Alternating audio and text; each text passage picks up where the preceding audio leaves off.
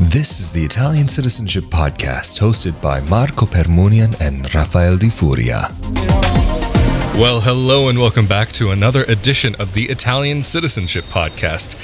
Live from the streets of Rome today. Marco and I had to come into Rome today for a couple of interviews here with an Italian news station. What was the station? I don't know what. I honestly, I know we did the interview. I just don't know who it was for. I know it sounds ridiculous, and I shouldn't have agreed to it if I didn't know, but you told me. I can't remember the name. So it's going to go on Stasera Italia, which is one of the most famous Italian TV shows on politics. It's going to go on air on Rete 4, one of the main channels. Wow. Okay. But anyway, while we're here in Rome, we thought maybe we might do something a little bit different and get out, record an episode of the podcast while we're here, not waste the opportunity. And what a better place to talk about Jure Sanguinis, the home, the heart of the former Roman Empire, where this all started. Maybe, Marco, let's get started and talk about some of Jure Sanguinis and the origins of it. I already kind of briefly said it, but maybe do you want to elaborate on that? Jure Sanguinis is a very, very old principle in the Italian legal system. It was invented by the Romans. So during the Roman Empire, this principle was basically created. And according to this principle, back then, you became a citizen of the Roman Empire by being born to a father who was a citizen of the Roman Empire. You needed to be the legitimate child of the father. So it didn't work with the mother, and it only worked with legitimate children. If you were not a legitimate child, which was not unheard of back then, you only basically could get the citizenship from the mother. And back then, you could either be a citizen of the Roman Empire through the Jure Sanguinis principle. So if you had a father who was a citizen of the Roman Empire and you were the legitimate child, or you could be considered a slave or a foreigner. So that's interesting because it sounds a lot like what we see in Italy, and especially what was seen in Italy up until 1948. And so is this just a continuation of those old laws and just bringing them on into the new governments? The current Italian law was influenced very much by the law of the Roman Empire. As a matter of fact, I remember studying in law school the impact that the law of the Roman Empire has had on the current Italian law. So this principle, this Jure Sanguinis principle, it's basically the same principle that they had in the Roman Empire. So it was basically transferred over the years, and it was not changed. So it's the same principle that we know today. So that citizenship is passed from a parent to a child, which is a principle that is very common in Europe. So in the European countries, including Italy, it's more uncommon in America, in the countries in South America and North America. And just before I ask you this next question, your glass looks like it could be topped off just a little bit. Thank you. But a quick question, though. Off the top of your head, are there any other examples of old Roman laws that we see here in modern Italy today? Actually, there is not just one example. There are like very, very many examples that I could make. Contract law, inheritance law. I'd say that the Italian law, the current Italian law, was very, very much influenced by the old laws from the Roman Empire in all fields of the Italian law, not just citizenship, but like contract, inheritance, and very many other fields. And bringing it from the old world into the new modern world, why is this principle so important today if it's something that's so old? Actually, the applications for Italian citizenship by descent are all based on this legal principle. So it's not that you can apply for Italian citizenship by descent because you have Italian ancestors. It's not that simple. You can apply for Italian citizenship by descent because citizenship has passed from one generation to the other over the years, from your Italian-born ancestor down to you. And actually, your Italian-born ancestor wasn't really Italian because he or she was born in Italy. That person was Italian because he got citizenship from his or her parents, and so on. So basically, all the Italian citizenship applications are based on this principle, according to which the child of an Italian citizen is an Italian citizen. So it's important when you're applying for Italian citizenship by descent that you prove that you don't have a broken line, so that citizenship was passed from parent to child, one generation to the other, down to you. So theoretically, a lot of people who are in Italy today, their family lines, and even in America and the rest of the world where you find people of Italian descent, theoretically these lines have gone unbroken, so to speak, for not just the past 100 years or a little bit more than 100 years, but we're talking about multiple hundreds or more. Exactly. And the point is, the line can be broken when there is an interruption in the transfer of the citizenship from one person to the other. And the transfer of citizenship can be interrupted if the father or the mother, after 1948, we talked about this in different videos, was no longer an Italian citizen when the child was born. And that person was not an Italian citizen if he or she had acquired a foreign citizenship through naturalization prior to 1992. So prior to 1992, as we also talked in different videos, Italian citizenship was exclusive, so you could not get the joys of being out in the streets of Rome. So you could not get another citizenship without losing your Italian citizenship. The Italian law was very clear. You go get another citizenship voluntarily, you lose your Italian citizenship. And so you were mentioning in 1992 that this changed. Why was this brought up that before you couldn't hold multiple citizenships and now it is possible? Do you know what changed in the mentality of the Italian government at that point? Well, probably the Italian government realized that it made no sense anymore, like in a peaceful world without wars, to not allow people to hold multiple citizenships. So, back then the countries were very protective of their own laws and citizenship. So they were very like, you get another citizenship, then we penalize you. You lose your citizenship. But at some point they had to realize that that was no longer the case. And Italy, as many other countries, at some point started to allow dual citizenship. So the voluntary acquisition of a foreign citizenship no longer caused the loss of Italian citizenship. But was it really that dual citizenship was actually forbidden before 1992?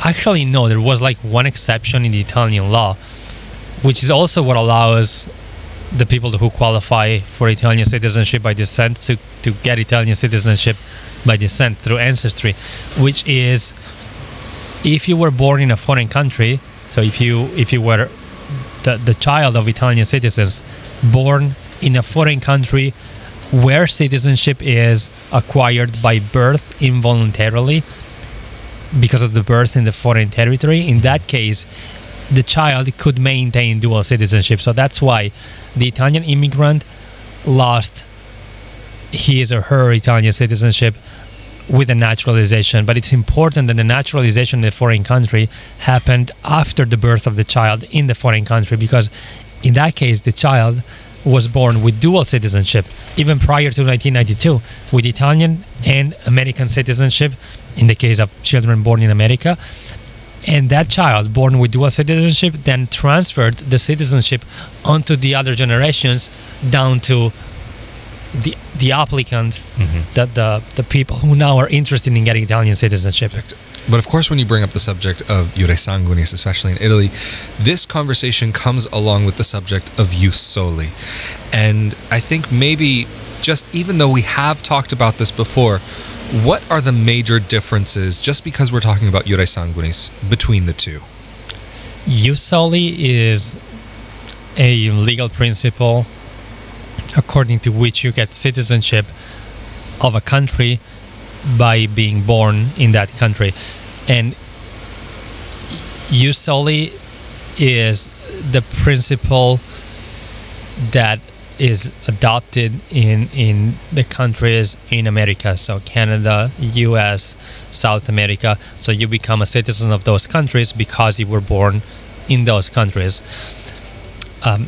Also, those countries have the Jure Sanguinis principle as an exception to their Jus soli principle, meaning if you are the child of an American couple born abroad, you of course do get American citizenship if your parents registered your birth through the American consulate. So if you were born in Japan in the 80s and your parents were Americans, of course, even if you were not born in America, you get American citizenship. But it's like an exception to the general principle, which is the Jus soli principle. In Italy, the main principle is the Jure Sanguinis principle, regulating citizenship. We also have Jus soli as an exception, which is like a very, very basically contemplates a very, very rare scenario. So basically, if you are born in Italy to stateless parents or to unknown parents, so if your parents abandoned you and you were born in Italy, in that case, you become an Italian citizen according to the Jus soli principle because you were born in Italy. Also, there has been a lot of talks about implementing a more wide concept of acquisition of Italian citizenship through Jus soli in the past by the Democratic Party. So they wanted to they wanted basically that the people born in Italy became Italian citizens at birth, but that law never passed. So as of this moment in time, you only get Italian citizenship if you are born to Italian parents, or if you were born in Italy but to stateless parents or unknown parents. And because we're in Italy, and this is a subject that does come up from time to time in the government, and I know some of our listeners do have some concerns when these discussions pop up. You've actually come onto my YouTube channel to talk a little bit about this. But do you see the rules changing anytime soon that might limit Jure Sanguinis or put Jus soli over Jure Sanguinis? No, not in my opinion. I don't think anything will change anytime soon. There have been talks, but changing the rules is in my opinion, from a legal standpoint, not even possible. Do you think it would be a fair statement to say that it's basically just a lot of talking and just loud noise that really is not going to get anywhere? Absolutely. There have been a lot of talks. I don't think that legally speaking it's possible to change the citizenship law. It would be a very discriminatory situation. It would be not even possible to do, because they could only change the laws for people born after they change the law. Even if a change in the law is very, very, very extremely unlikely, probably not practically doable. Even if they did change the law, it would be changed only for the individuals born after the law changes. So all of the people that were born prior to the change, they would be basically, to them it would be applicable the same rules that are applicable now. So basically whatever the rules were when you were born are the rules that would basically be affecting you. Yes. And you know what, just while we're on the subject of Jure Sanguinis, and getting back to maybe a little bit of this interview that we did earlier today, why do you think that there has been, thank you very much, why do you think that there's been this increase in the past few years, and over more than just the past few years, in interest in this subject and getting Italian citizenship for people who are of Italian descent? People of Italian descent in America have always been interested in Italian citizenship. I have witnessed a constant increase in the past 10 years. So it wasn't so popular 10 years ago or before 10 years ago, and then it started to become popular and people became interested because they saw other people applying for Italian citizenship. And Italian citizenship has a lot of benefits, so that we spoke about in probably more than one of our videos, including low cost or free healthcare, the ability to reside in the European Union, anywhere in the European Union. easier access to employment opportunities, lower tuitions for universities, and Europe has a few of the best universities in the world. But in the last years, I did see a major increase in the number of people who became interested in Italian citizenship. We saw an increase with the elections 4 years ago. We saw an increase this year because of the situation in America. And I've seen interest from people from both sides of the political spectrum. That's something that I also find fascinating. I know there's a lot of messages that I get. I know I've had people message me that, I'm going if this person is elected or if that person is elected. And to me, I find it very fascinating. But after this year is over and once we get over the current situation that the globe is facing, do you see the interest in Italian citizenship increasing or decreasing? Definitely increasing. I believe more and more people will become interested in applying for Italian citizenship and claiming their birthright. And what would you say, for the people who are interested in applying right now, what would you say, should they get started? Is it best to wait because of the current situation? How, with what we are currently facing, how should that change their plans with Italian citizenship? I don't believe people should wait. The application for Italian citizenship requires a preparatory phase, so you have to spend time acquiring a number of documents to support your claim for Italian citizenship. So I don't think it makes a lot of sense to wait, because you have to spend months collecting your documents to prepare for your application, and then only after you have gathered the necessary documents you can start the application process. And for people who are wanting to come and apply directly in Italy, are they able to do this at this point in time or no? As of this moment in time, there is a travel ban. So people can't really travel from America to Europe unless they have work reasons, family reasons, medical reasons.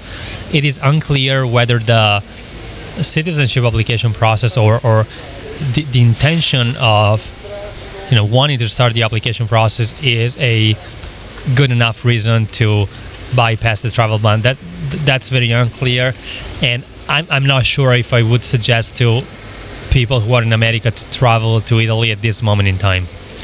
And for those people that you would not recommend for them to travel to Italy, I'm assuming that your recommendation of preparation still stands for them.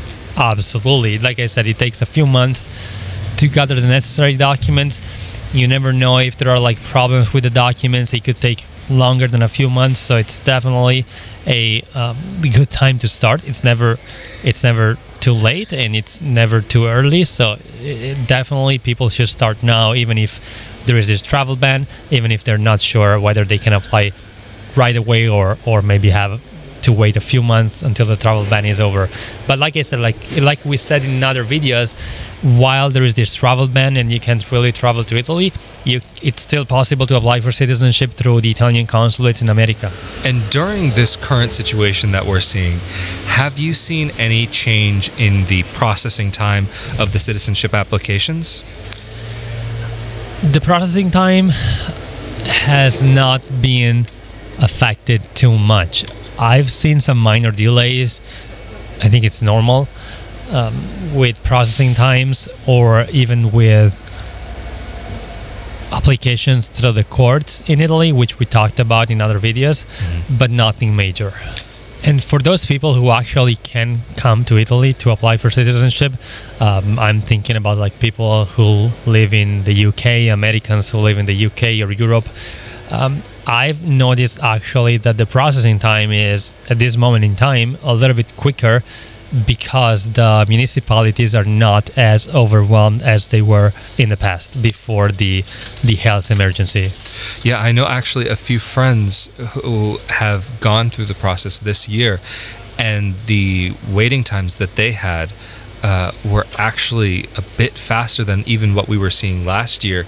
Because last year, even, like, I would say the waiting times weren't bad, like, especially when you compare them to the United States. But what number, like, I know one person in particular who got their citizenship. It's a very strange case, and it's not anything that should be taken as any indication of the timing.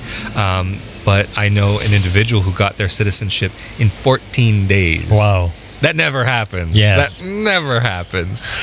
But that makes me very happy. But I would say most of the people I know personally who've gone through it would probably be in maybe like this 3-month-ish kind of category. Which is not bad. No, honestly, if we're talking about the processing times, even in comparison to a year ago or before, this is still faster, and even faster than what we're talking about in the United States, going through the consulates in most situations. But for those people who are planning to come to live in Italy, I'm realizing this episode is kind of taking a turn towards applying in Italy, but I think these are some questions that a lot of people have been asking and have been wanting to know in preparation for moving to Italy, who are thinking about getting their citizenship Jure Sanguinis. What if they have a partner, husband, wife, whatever it may be, who they would like to bring with them along this journey with them?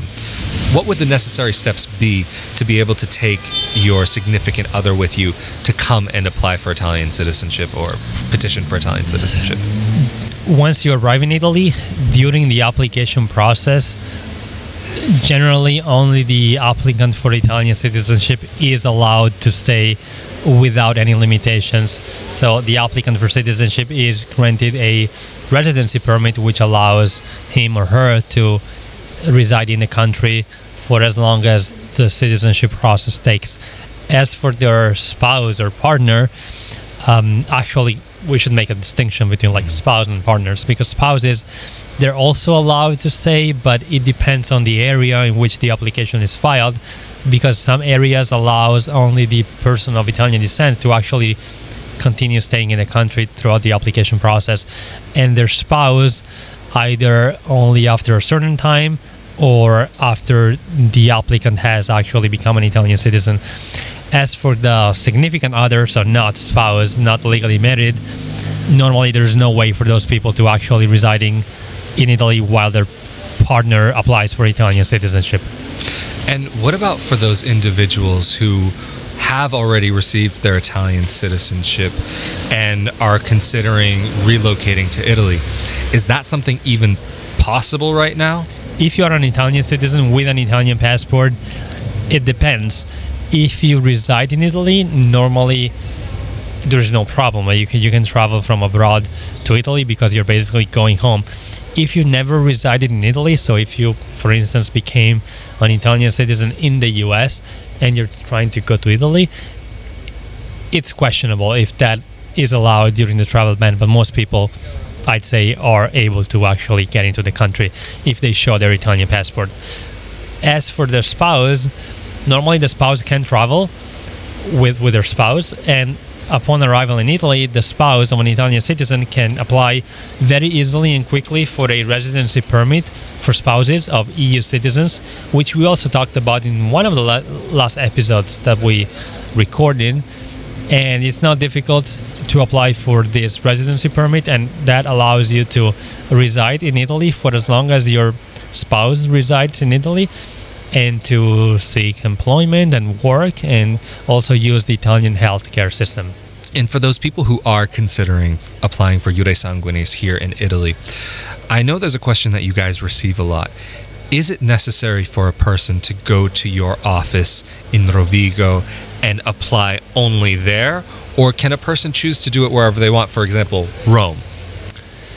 A person can apply for Italian citizenship by descent in Italy wherever they want. So in any of the roughly 8,000 municipalities that we have in Italy, as long as it's a municipality, so not a... So but by municipality, I mean a town that has a town hall with a local government. But... We're in the city. Yes. So you can apply anywhere. You don't necessarily have to apply in Rovigo. Of course, if you apply in Rovigo, where our office is located, first of all, they can meet us and maybe you. And the process is easier, in my opinion, because we can help them in person through the process. If you apply in another municipality, we can still help people, but we need to make sure first that the municipality where they're going is familiar with the citizenship process, sufficiently familiar, because, as you know, there are municipalities and clerks within the municipal offices that in some cases have no clue about this process, so you have to literally explain it to them. So it's more the time that you spend to explain the process to them that the time that the process actually takes. Right. No, even when I think I've mentioned this in our podcast before, even in my situation applying at a consulate, I didn't apply in the United States, and the place where I applied wasn't so familiar with it. They had a few cases that they would deal with every once in a while, but I had to explain to them a few aspects and even bring out a few laws and examples to explain to them what they were explaining to me was actually incorrect information. Of course, when you do this, you have to be very careful and very polite about it and say, I'm sorry, but like the Italian law says XYZ. Would you mind confirming this, because this is a very vital piece of information in my ability to continue with this, and I believe that I actually am in fact eligible for recognition of Italian citizenship. Again, I wouldn't even say necessarily to use those words, but it's something where you have to be very careful. But anyway, to wrap this up, if somebody wants to get in contact with you to come and apply in Rovigo or any place else in Italy, or even in their country where they currently reside, how can they get in contact with you? Through our website, there is a contact form, or they can email us at info@Italiancitizenshipassistance.com or give us a call.